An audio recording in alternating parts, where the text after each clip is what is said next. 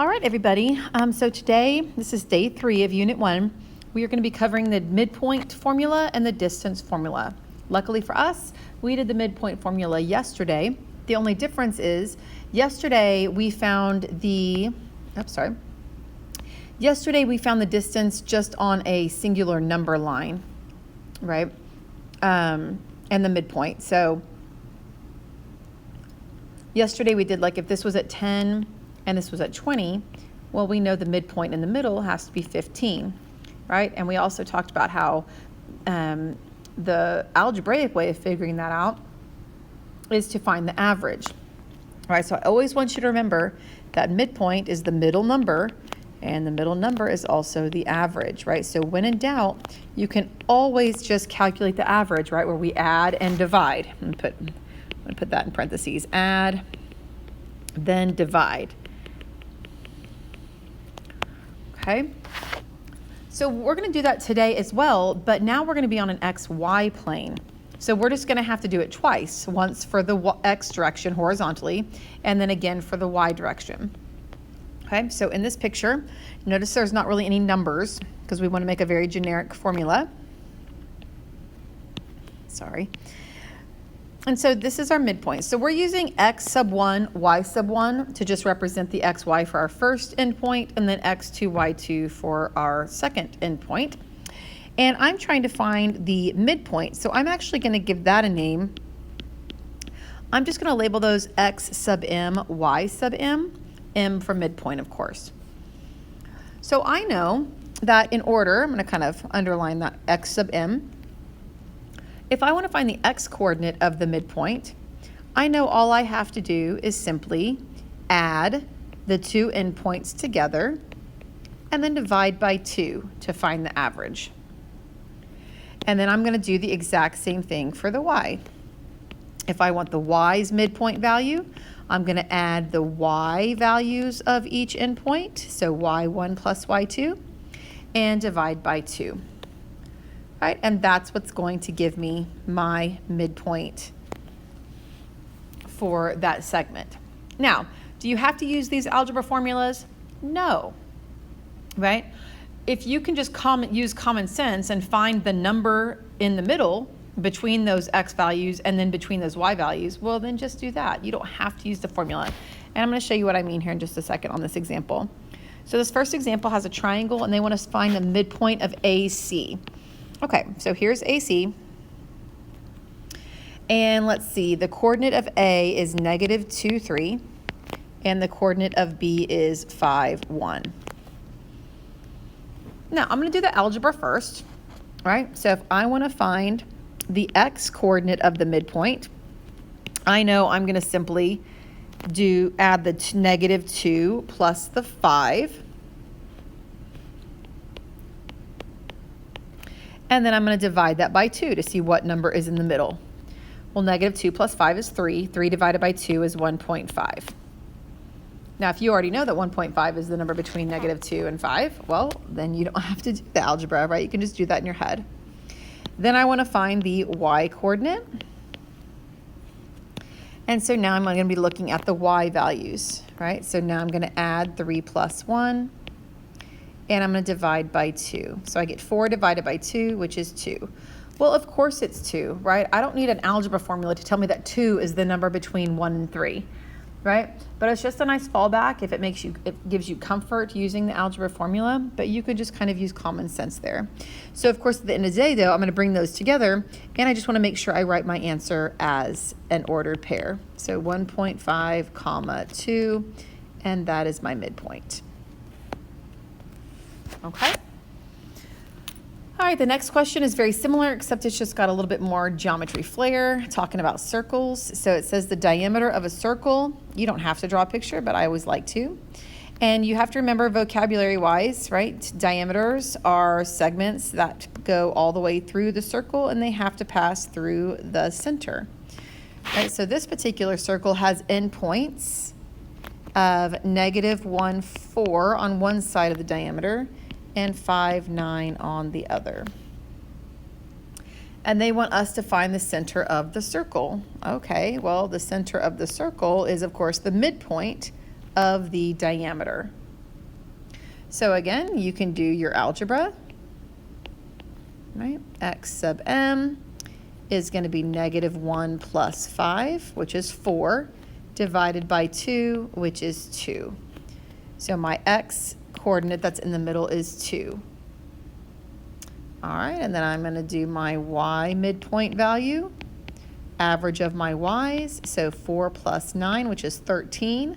I'm going to cut that in half to get the number in the middle, so 6.5. Right, and that is our answer. And again, you can do all of that math in your head. If you want to write it down, great. If not, it's just basic arithmetic skills. So I'm totally fine if you just do that in your head. All right, this next question I really like. I'm going to kind of put a star next to it because it's going to be on your quizzes and tests this unit. So this one says, if the midpoint of AB is -3, 5, and A is located at -8, -12, where is point B? So this is a different spin on a midpoint question because they're giving you the location of the midpoint and they want you to figure out where the other endpoint is, okay? Now there's two trains of thought here. I like to just do this as a movement game, right? Because finding a midpoint is all about finding the movement to get to the middle, right? If you want to use your algebra, I'll show you how to do that as well. So I'm going to kind of put a little bar here. Let me do that in black. And I'll do like the algebra on one side. And then I'm just going to do the basic movement stuff on the left. So this is what I would do personally, right? So I'm just going to draw a line segment. It does not have to be accurate as far as like where it would be in the XY coordinate plane, right? I don't need accuracy. I'm just doing this as a visual aid for myself. If you want to make it super accurate, you can. So it says the midpoint of AB, so I'm going to label my points. The midpoint is located at -3, 5. A is located at -8, -12. And we're trying to figure out where B is located, right? So I'm trying to find these two values here. Well, I can just analyze the movement in this picture, right? Because if M is the midpoint, then that means it has to be the exact same movement or distance from A to M as it is from M to B. So I can just independently analyze how my X's and Y's increased or decreased, and I can just apply that on the other side. So let me show you what I mean. So if I look at my X's, I start at -8 and I move inward towards the midpoint and I land on -3. Well, what have I done to go from -8 to -3? I have moved right 5. So I've added 5. That's how it turns into a -3. Well, if I added 5 to get from the left to the center, then I know, because it's the midpoint, I have to add another 5, because I got to keep it nice and symmetric and congruent. I would be adding another 5 to get to the other endpoint. So, but now I'm starting at -3 and I'm adding 5, so that would land me at 2. Right, so I'm just analyzing the movement and making sure I'm even and congruent on both sides. And that's really all there is to it. Now I'm going to do the same thing for my Y's. So I'm going to start at -12. And I'm going to analyze how I moved vertically to get to +5. Well, -12 is way down low and 5 is way up high. That's a difference of 17. I moved up 17 units to change direction there, which means from I keep saying -5, from +5 to my endpoint, I need to add another 17. So that is going to put me at 22. And so this is my answer for the location of B, so that all of my movements are congruent and the same distance away from that midpoint. Now, if you're an algebra person and you really love working with algebra formulas because it's like your comfort zone, that's great. You can simply use, right, remember these formulas that we wrote up here? You're going to use those formulas down here as well. Here, I'll write them in. This is just another option. You don't have to do this. So I know that my midpoint is the average of my X sub 1 and X sub 2. Well, I'm going to use that formula, but I'm only going to be able to plug in what I know. And in this particular problem, I was given the midpoint X value and one of the endpoints X values. So I'm going to use this equation to solve for the second X. So it's going to look something like this. The X coordinate of the midpoint was -3. and then one endpoint, A, had an x value of -8, I want to know what the second endpoint is. So I'm just plugging in my -3 and 8, and then that's the equation I'm going to solve, right? So clearly I'm going to multiply both sides by 2 to get rid of the fraction. And then I'm going to add 8 to both sides. And what do you know? I get an x coordinate of 2, which is exactly what we got over on the left side there. And then I can do the exact same thing for y, right? I'm kind of running out of room here, sorry. So the y midpoint is y sub 1 plus y sub 2 over 2. So I'm going to plug in what I know. So the y coordinate is 5. The y1 is -12 divided by 2. So we're going to do the same thing. We're going to multiply both sides by 2, which gives us 10. And so I'm going to add the 12 over, and we end up getting 22. And then, of course, I'm going to put it all together as an ordered pair. And it's the exact same answer I got on the other side. Right? I just got there a little bit quicker by analyzing the movement as opposed to having to set up and solve some algebra equations. Okay, so which train of thought you use there is completely up to you. Okay? All right, the next and final formula that we're going to learn today is the distance formula. Okay, so we need the distance formula because we are not allowed to count diagonally on a coordinate plane. Right, we're only allowed to count horizontally and vertically, right, to move from one point to the other. Well, obviously that vertical and horizontal movement does not represent the length or the distance from P to Q.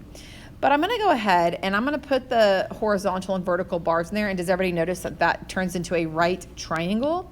So what I'm actually going to ask you to do, and you don't ever have to do this again, but we're going to derive the distance formula, okay? Because you do have to memorize it, and if you happen to forget it, it's a very simple formula to derive yourself. It takes 2 steps to derive the distance formula. So we're just going to do that really quick.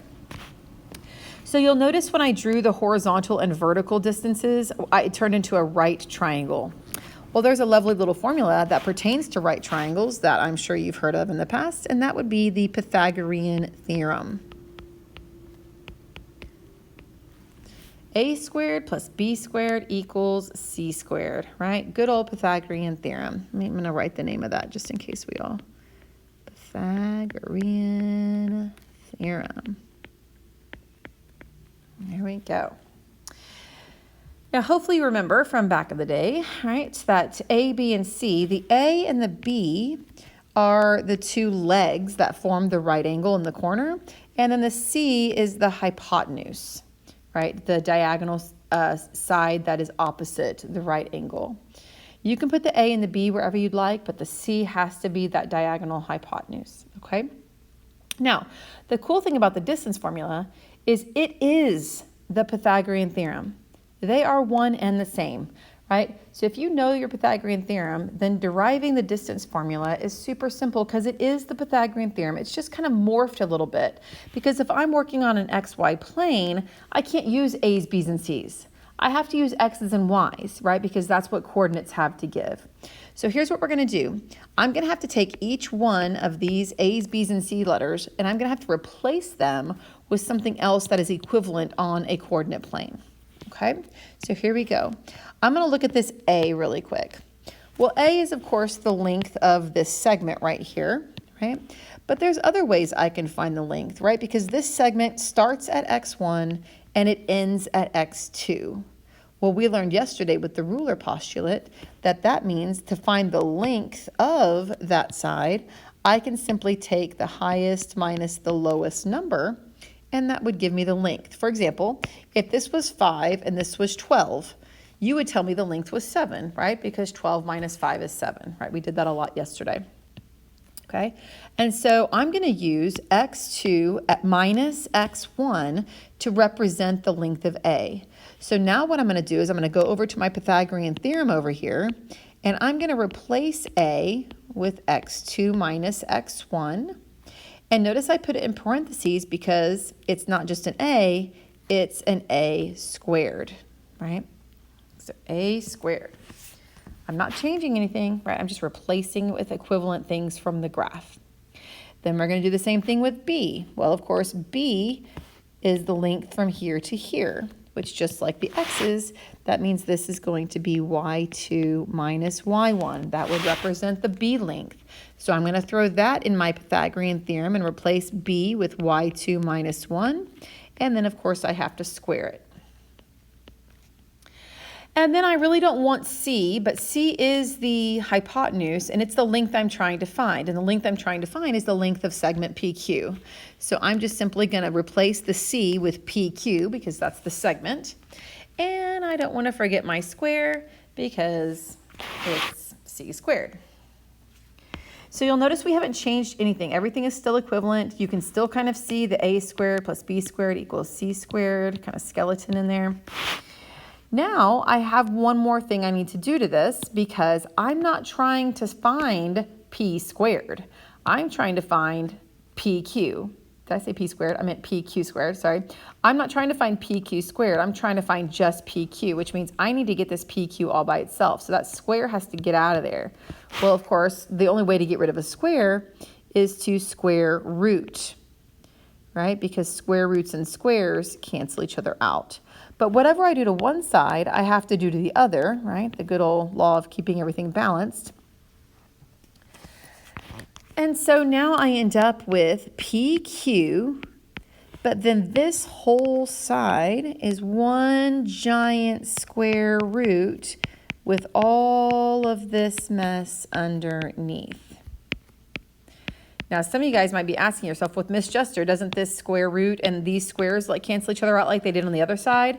And no, absolutely not, right? Just as a little reminder, right? This plus sign screws that up for everybody, right? Because now that's turning all this mess into a binomial, and you are not allowed to independently square root terms of a binomial, right? So that's a big no-no. So all of this has to be completely simplified before you take the square root. Okay, we're going to practice that here in just a few minutes.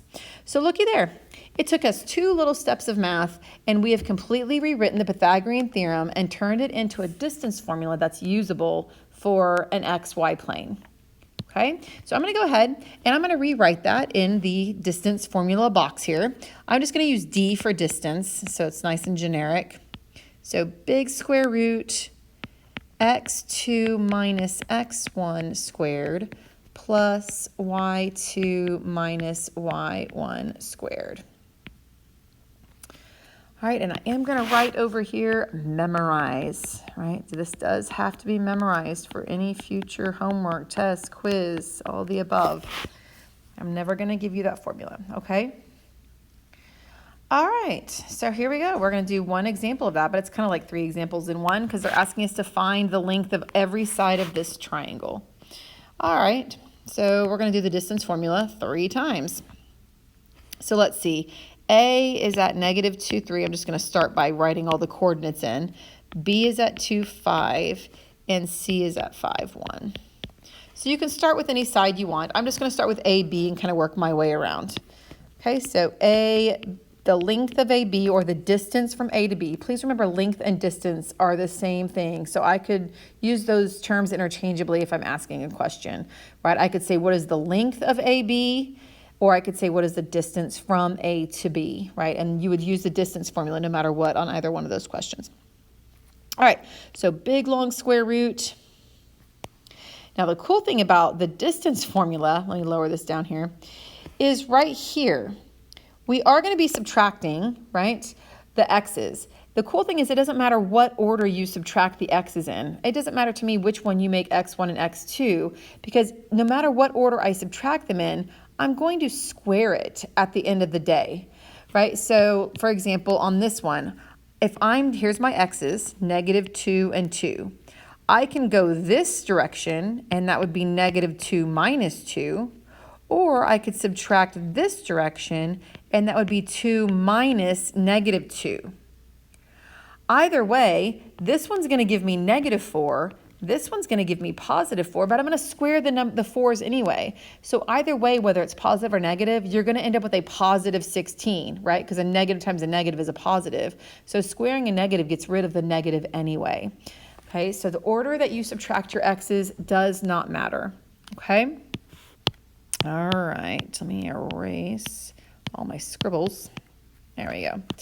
All right, so I'm just going to kind of go from like left to right. So I'm just going to do -2 minus 2 squared plus, then I'm going to subtract my y's, 3 minus 5, or 5 minus 3. It doesn't matter. And now my job is, now that I've got all my numbers in there, your job is just to clean up the mess, right? Just clean up the mess. So here we go. This part right here, -4 squared is positive 16, right? And then this gives me -2, and -2 squared is 4. So we end up with 16 plus 4 underneath the radical. So we're going to get the square root of 20. And remember, we do not do decimal answers in this class. Everything is exact, so we want to make sure that we simplify the radical, which is why it says simplified radical form up here. So if you don't know what that is off the top of your head, that's fine. We would want to go off to the side, like we've talked about, and we want to make a little prime factor tree and break 20 down into all of his prime factors. And then I'm going to circle all my primes. Those are the only numbers I care about. And then remember, we're looking for pairs, right? You got to have a buddy to leave the house, as I say. So because I have a pair of 2's, right, the 2 gets to come outside the radical to represent the pair. And then the 5, sadly, he did not have a buddy, so he has to stay inside. So that is our length or distance from A to B. All right, and then we just need to do that 2 more times, all right? So here we go. I'm going to do BC. So here we go. I'm going to work through this pretty quickly. Feel free to pause or rewind if you need to. So I'm going to do x minus x, so 2 minus 5 squared, plus, and then I'm going to do y minus y, so 5 minus 1 squared. I'm going to simplify all those terms. So 2 minus 5 is -3. -3 squared is positive 9. And then 5 minus 1 is 4. 4 squared is 16. So I end up getting the square root of 25. And of course, lucky for me, you don't have to write this, but the square root of 25 is a perfect square, right? Because when I do his factor tree, I end up with a pair of 5s, and then there's nobody left over. So that means I don't even need the house anymore, right? Because there's nobody left inside, right? And so my final answer for the length of BC is just 5. Right, the square root of 25. All right, and then lastly, I'm going to do AC or CA. And here we go, big long square root. X's, -2 minus 5 squared, plus the y's, 3 minus 1 squared. Clean up the mess. That's going to give me -7 squared, though, which is positive 49. And 2 squared, which is 4. So I end up getting the square root of 53, which just so happens to be a prime number, right? So I can't actually simplify that at all. So that's just going to stay the square root of 53. And there you have it, right? We have found the side lengths of each side of the triangle. We're not quite done, though, because it did ask us to find perimeter. We haven't done anything with perimeter yet this year, but we will. But you guys have learned perimeter before, so it just means to add up all the sides, right, to find the distance around it. So 2 square root of 5 plus 5 plus the square root of 53, right? We're going to add all the sides together. And then it's just a matter of asking yourself if you can clean that up. And the answer is no, right? This is going to be our final answer, right? Remember in math, you can only add like terms, right? So I can only add square root of 5 terms to other square root of 5 terms, right? This is my only square root of 5 term. I don't see another one, right? So he can't be combined with the other 2, and same reason for the other 2. So I know that answer looks really gross, but that is as simple and as exact as we can possibly make it. Okay? All right. Last one. We have, this one is, I'm going to put a star next to this one too because it's on your test. We have endpoints L and M at -4, 1 and 5, -5. Now on this one, I am going to draw a semi-accurate graph for this. You don't have to, all right, but just for explaining purposes. So let's see, L, let's see, -4, 1, let's say that's here-ish. Again, it doesn't have to be perfect, just kind of in the correct general area. And then 5, -5, let's say that's here, and that's M. Okay, so here's my LM line segment, okay? They want to know, what are the coordinates? So right away, oh, I didn't mean to scribble that, sorry. Right away, I know this is not a distance formula problem because it's asking me for a coordinate, right? Distance formula only gives me lengths, right? Coordinates is more of like a midpoint or a movement thing, right? So it says, what are the coordinates of the point that is 2/3 the distance from L to M? We want to pay attention. So we're starting at L and we're going towards M, but we don't want to go the whole way. We only want to go 2/3 of the way and then figure out what point that is. Now, we did this yesterday, but we did it with a nice just horizontal axis. It wasn't like an XY. So we're just basically doing what we did yesterday, except we have to analyze the X and the Y movements together. So here we go. I'm going to do the X's first, just for fun. So I went right, if I wanted to go all the way from L to M, I'm kind of thinking of slope here, right? My horizontal, like my rise over run, but I'm going to do X's first. I can see that, I'm going to highlight, I started at -4 horizontally, and I ended up at 5. So from -4 to 5, that means I added 9. I went right 9, okay? But then I went down to get to M. So now I'm going to look at my Y's because my Y's are my up and down movement. So I started at 1 and I went down to -5. Well, that's a total of down 6. All right. So we went right, put little arrows here. We went right 9 and down 6 to go from L to M. But I don't want to go all the way to M. I don't want to go right 9 down 6. I want to go 2/3 of the way, right? So let me grab a different color here. So, and I'm going to erase this right here. There you go. It's a little distracting. So I'm going to start at L and I'm going to go right 2/3 of the way, not the whole way. And I'm going to stop here. Well, how many did I move then? If I went right 9, but I only want to go 2/3 of 9. Right, that means I went right 6 only. Right, 2/3 of 9 is 6. Right, you can just type that in the calculator if you need to. Right, 2/3 times 9. And then from that point, I'm going to go down 2/3. Right, originally I went down 6, but I'm only going to go 2/3 of 6, and 2/3 of 6 is 4. So instead of going right 9 down 6, I'm only going right 6 down 4, which is just simply 2/3 of those movements. Now you're not done because of course you need to figure out what coordinate that is. Well, I'm starting at L, so I'm starting at -4. I'm adding 6. That will end me at 2. And then in the Y direction, I was at 1, and now I only want to go down 4, which puts me at -3. All right, and that is going to be the location that is 2/3 of the way from L to M.